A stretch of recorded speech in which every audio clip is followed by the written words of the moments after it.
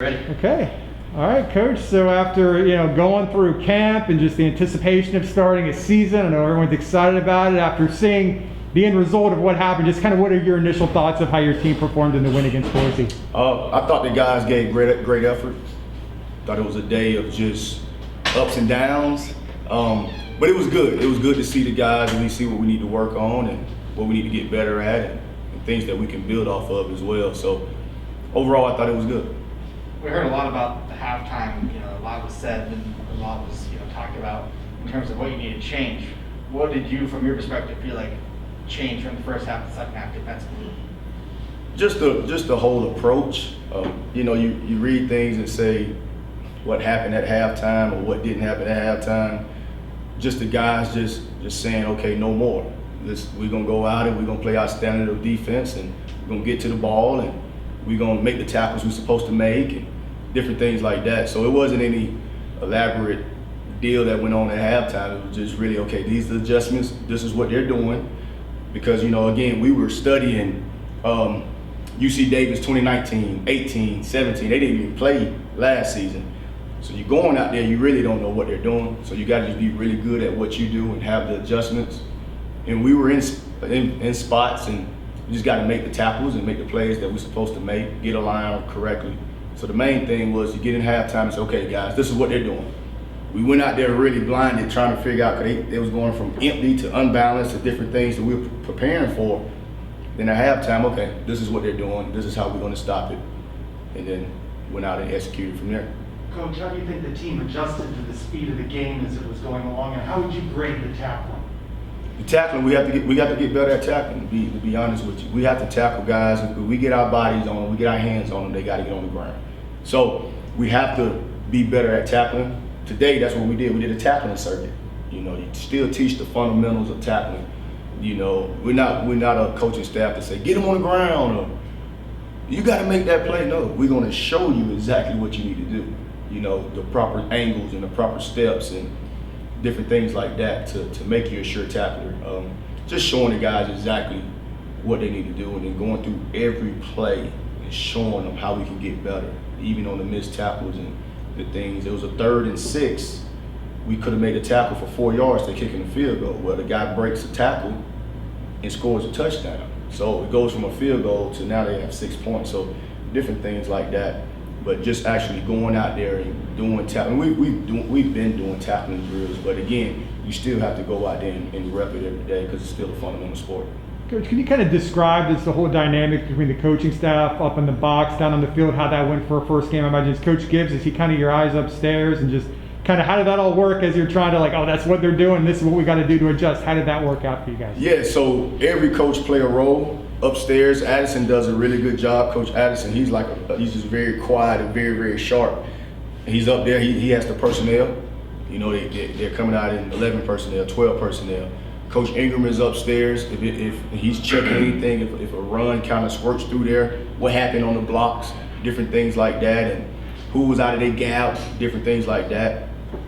Coach Martin is on the sideline. And he's seeing it from a sideline view of what's going on, and just pretty much watching the ends and the interior at the same time.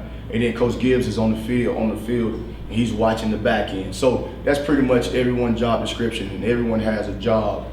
When we come off the field, okay, Coach Addison, what did you see?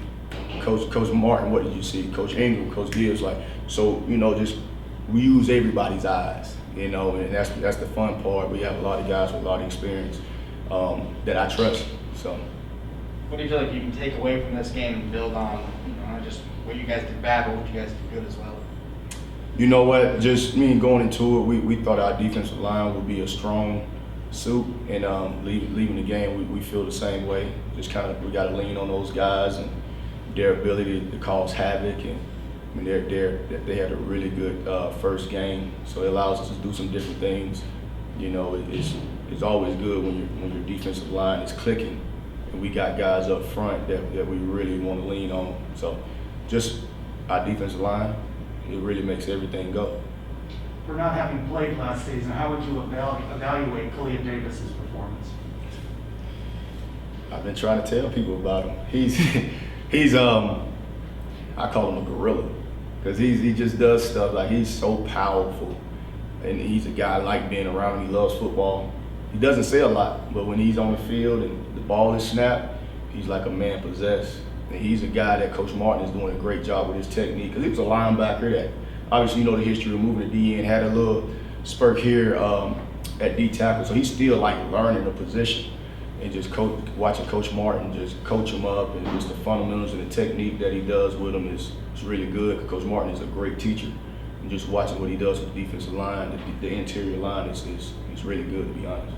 Coach, you kind of talk about the contributions of Big Cat and what he was able to do. There's one thing that struck me. I didn't hear it, but apparently he did a post-game radio interview. He was talking about that play, Boise threw the interception at the end, how he pressured it. He recognized the play from, I think it's when Auburn played Minnesota. Like, he recognized the exact same thing that was coming. He's kind of talking about, what he was able to do, and just a smart guy to be able to recognize something like that. Yes, that's one thing that Big Cat brings is football IQ. He understands the game, and then just the playing experience. He's played a lot of football. I've seen a lot of football. Very impressed how physical he played. And that's what I was telling the guys. A lot of times people look at sacks, but we had a chance to hit the quarterback a lot and really cause havoc. And just watching when the team was running the ball, just how physical he was, and just bringing a physical element to the game. So I thought he had a solid game as well, a good game as well. But this is leadership, football IQ, and his experience is always good. He's played a lot of football and seen a lot of football, so he's one of our leaders, so we lean on him a lot. A younger transfer rookie, Barber, obviously was all around there. From your thoughts, how did he do? Played good. He's another guy that we lean on. I call him Bear, because he's like a bear out there. He takes double teams, and he takes pride in his job, and he does a really good job just attracting a double team. He can split a double team. He's a guy. He's a guy that you could tell Coach Martin had him for 2 years at the last place they were at, and just watching his fundamentals, he's really, really technique sound. And again, it goes from he's had a great teacher in Coach Martin. So I was really, really pleased at him for watching him this past Thursday. What improvements do you want to see from the secondary? Overall, just really, we had explosive. We don't want to give up explosive passes. We had one for 22 yards and 24 yards and something like that.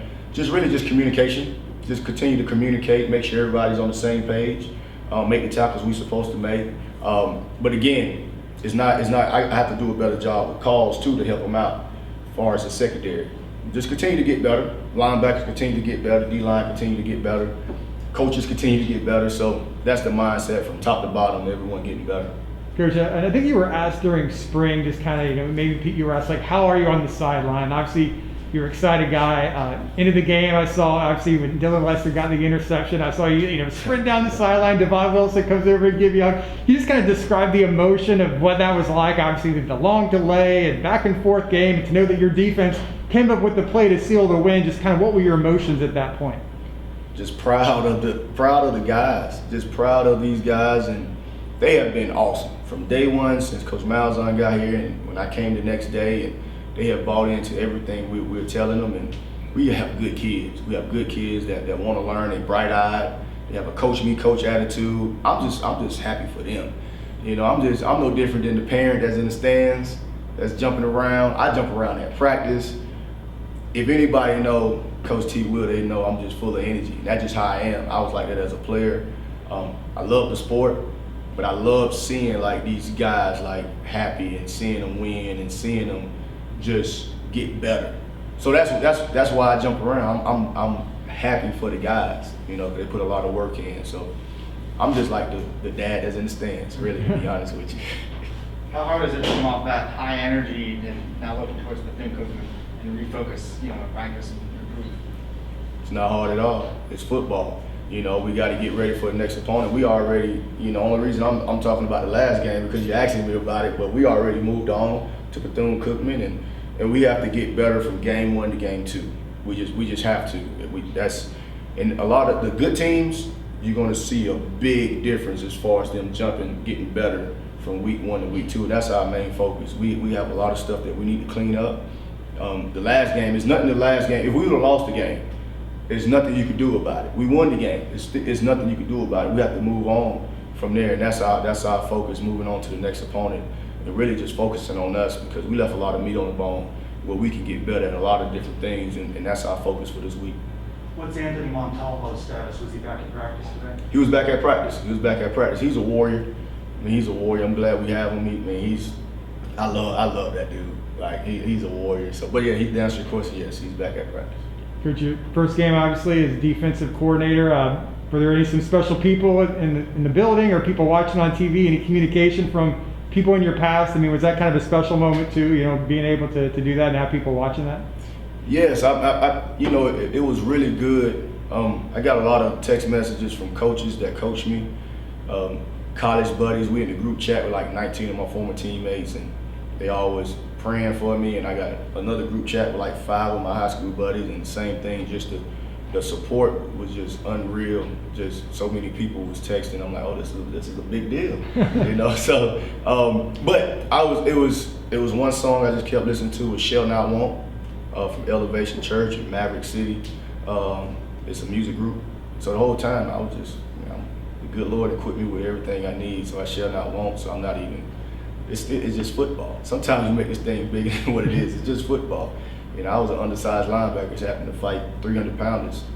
I had worse days than, you know. So it's just football, but the support was awesome.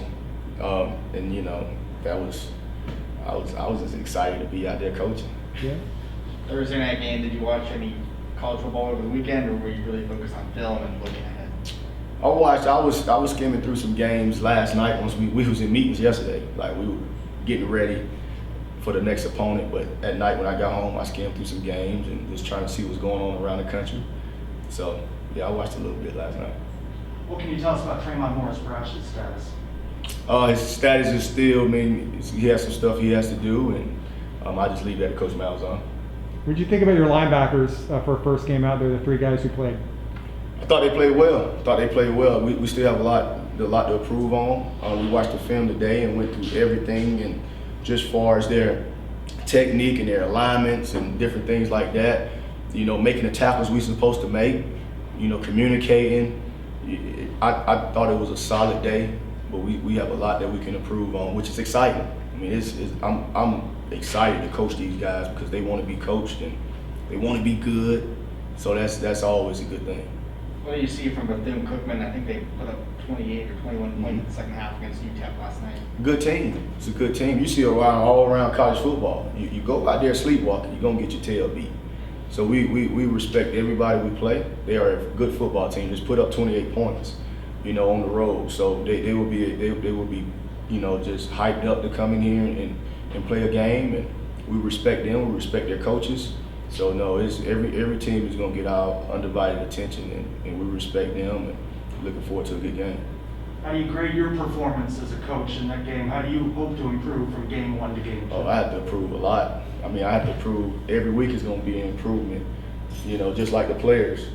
We have, because you know, it's just so much you can improve on. It's just so much. But yeah, my grade, I don't know. I know I have to get better. Just like the players, I don't know what my grade will be. I think that'll be a coach Malzahn question. But we all have to get better.